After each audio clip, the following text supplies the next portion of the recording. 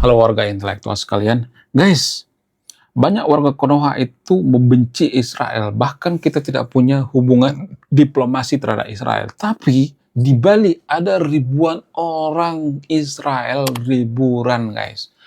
Wow, gila, luar biasa. Nah, yang jadi pertanyaan, apakah Bali itu diam-diam kerjasama dengan Israel?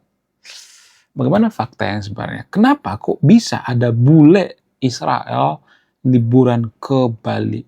Cara ngurus paspornya gimana? Padahal kan kita kan nggak punya hubungan diplomasi gitu. Caranya gimana? Jadi di video ini saya akan bongkar sampai ke akar-akarnya, saya tidak berpihak pada siapapun. Saya bahas ini dari sudut pandang data yang ilmiah. Ya. Oke, langsung saja kita ke pembahasannya. Mari kita gaskan. Jadi guys, ternyata bule Israel liburan ke Bali itu menggunakan yang namanya semacam izin gitu ya. Jadi nggak semuanya orang Israel itu tidak diizinkan liburan ke Konoha gitu ya. Hanya orang-orang tertentu. Kalau orang Israel liburan ke Konoha itu dan ada urusan dari pemerintahan Israel, itu biasanya dilarang, nggak boleh gitu. Tapi kalau untuk honeymoon misalnya, liburan biasa, orang yang nggak bermasalah dan sebagainya, biasanya diperbolehkan. Kenapa bisa seperti itu ya? Kenapa hanya ke Bali aja? Kenapa nggak ke daerah-daerah lain gitu? Apa alasannya? Ada banyak faktor ya. Faktornya itu karena Bali itu dianggap sangat ramah terhadap turis. Ya, Bali itu sangat-sangat diminati oleh turis ya, terutama dari Israel. Kenapa?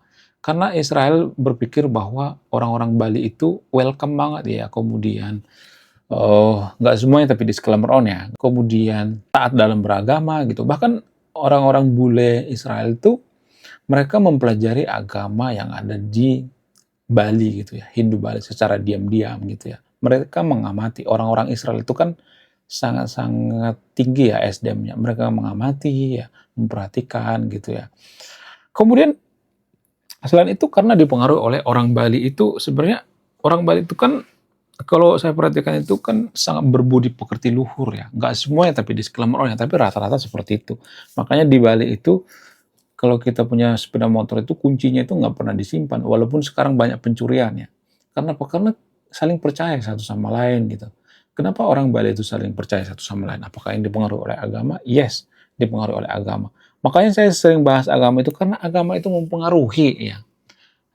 Kalau misalnya nih di Bali itu misalnya ada agama tertentu, misalnya agama tertentu melarang orang berbikini misalnya. Ada agama tertentu di Bali misalnya melarang uh, berbikini misalnya. Apakah Bali itu akan jadi pariwisata dunia? Enggak mungkin. Jadi agama itu sangat mempengaruhi.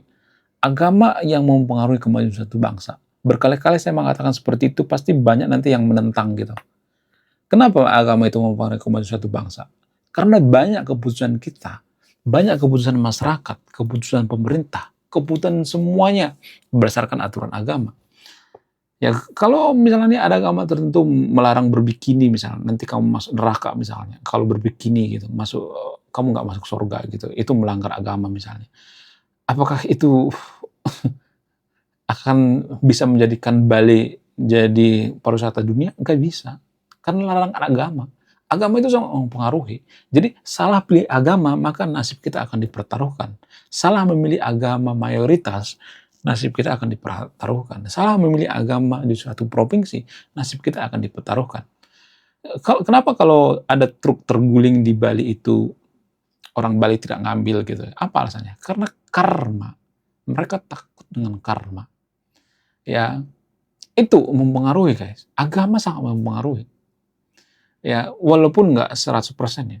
Menurut keyakinan saya, sekitar 95% agama sangat mempengaruhi. Ya, jadi karma sangat mempengaruhi kenapa orang Bali itu sangat ramah terhadap turis ya. Terhadap orang Israel sekalipun mereka ramah. Mereka nggak membeda-bedakan. Ya kalau banyak warga Konoha membenci orang Israel, orang Bali itu nggak ngikut-ikutan ya. Ya biasa aja gitu ya. Orang Bali menganggap kita kan nggak punya masalah dengan orang Israel, nggak punya masalah. Ya kalau misalnya ada warga Konoha bermasalah dengan Israel, kan itu kan masalah mayoritas, bukan masalah orang Bali kan, ya kan. Lagian kan nggak ada orang yang suci juga kan, emang kita suci gitu selalu membenci, agama tertentu gitu ya atau suku tertentu. Ya kalau misalnya mengatakan, "Oh orang Israel itu penjajah," emang kita bukan penjajah gitu? Emang kita udah suci gitu? Emang kita sudah yang punya palang sorga gitu? Ya, Konoha juga penjajah kok di mata orang Timor Leste, di mata orang Papua, dan di mata, eee, minoritas gitu ya, yang rumah ibadahnya sering dipersekusi, dibubarin paksa, kita juga penjajah kok, ya. Jadi biar kita pahami gitu definisi daripada penjajahan itu apa gitu. Ya, jangankan dalam negara, dalam bertetangga juga kita sering menjajah tetangga gitu ya. Kita bikin suara musik yang gede sekali gitu ya, sehingga orang lain, eee, merasa terganggu, itu menjajah itu namanya, ya merasa berkuasa. Jadi penjajahan itu tidak bisa hanya dia satu sudut pandang, dari berbagai sudut pandang gitu. Jangan sok suci gitu, warga Konoha itu kan sok suci ya, kita ngata-ngatain Israel, sesat, padahal kita tuh nggak suci amat gitu ya. Bahkan Gus Dur mengatakan, ini yang mengatakan bukan saya guys, Gus Dur mengatakan, Israel itu salah artikan gitu. Saya bukan buzzer Israel ya, saya nggak ada urusan dengan Israel. Tapi biar kita jangan terlalu benci gitu ya, kebencian-kebencian gitu ya. Ya coba kalau misalnya kita tidak menutup akses terhadap Israel, bisa aja turis di Bali itu bertambah kan, bertambah 20%, 10% misalnya. Ya kan? Kuno kan, kita makin kaya gitu. Jadi karena kebencian ya kita eee, mengajak orang benci gitu ya. Seolah-olah agama mayoritas di Konoha atau warga Konoha itu mengajak Bali membenci, eee, Israel ya. Padahal kan Bali nggak ada urusan dengan Israel kan. Jadi Bali jadi tersiksa gitu, seperti dipaksa gitu ya. Seperti ya bisa dikatakan dijajah gitu ya. Itu namanya bentuk daripada penjajahan juga tanpa kita sadari. Ya, sama seperti misalnya nih kita ambil contoh seperti Amerika. Apakah orang Amerika membatasi orang Iran berwisata ke Amerika? Enggak kan? Mereka nggak membatasi kok. Ya, walaupun mereka nggak punya diplomati gitu. Karena nggak ada pembatasannya. Ya, cuman orang Iran yang membatasi orang Amerika liburan ke Iran. Itu yang jadi permasalahan. Jadi yang intoleran itu siapa? Ya, yang intoleran itu Iran.